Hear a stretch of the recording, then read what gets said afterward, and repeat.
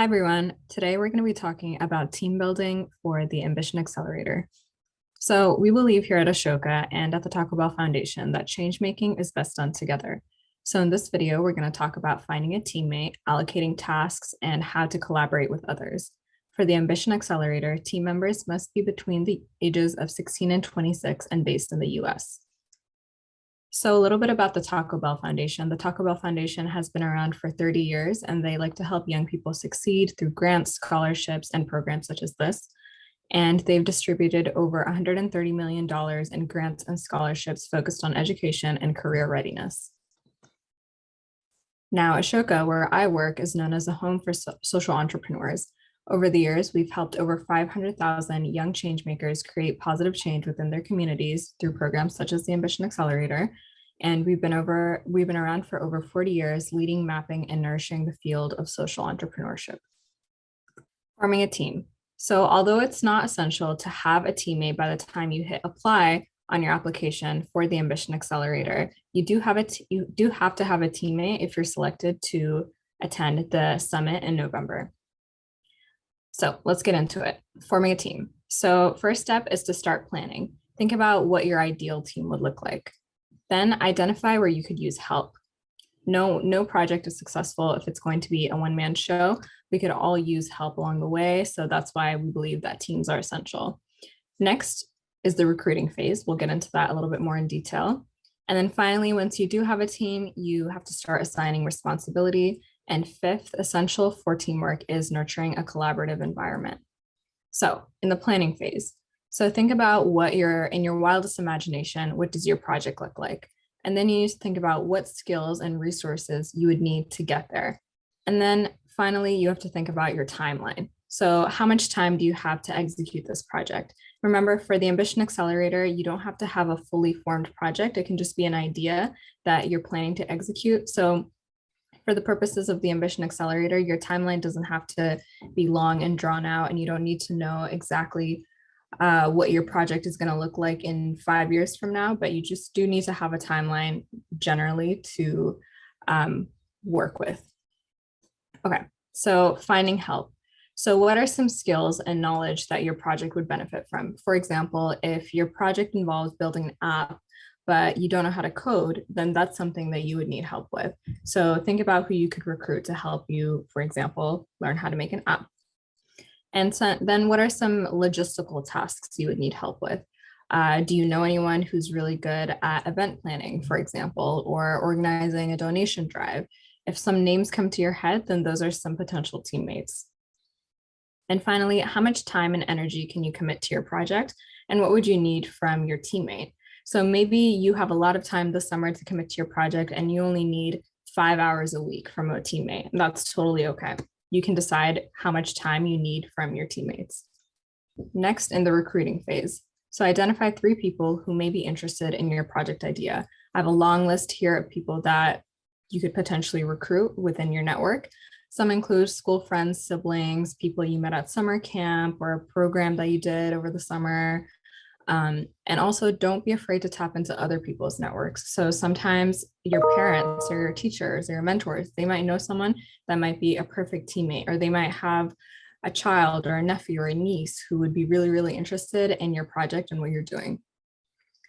So next you want to think about what role they would fill on the team. So going back to my coding example, maybe they would fill a technical role. Or maybe you just need a general teammate. You need someone to help you on every part of the project, and that's okay too. But being as specific as possible when recruiting a teammate is great because everyone likes to know what they're getting into when they commit to a project. And finally, give them an elevator pitch. So an elevator pitch is a summary, a 3 to 5 sentence summary of your project, your goals, your vision, and what you hope to achieve. And giving them an elevator pitch is a good way to, first of all, learn how to talk about your project, but also to summarize your project and your vision in a few coherent sentences. And remember that it might take a few tries, it might take a few elevator pitches to find a teammate, but don't get discouraged if you hear a few no's. Let's say we found a teammate. So next, what you want to do is assign responsibility. And it can be a collaborative assignment. your teammate can help you assign your own responsibilities. You can assign responsibilities. It's all about collaboration. It doesn't have to be a hierarchy where you're the leader and you're responsible for assigning every single person, every single task. We'll talk a little bit more about nurturing a collaborative environment in the next slide, but this goes along with how you communicate roles and tasks with clarity. And decide how to hold each other responsible. So maybe you have a weekly check-in where you go through the list of tasks that you assign to other people and other people assign to you, and you see where you are with those tasks and hold each other accountable in that way.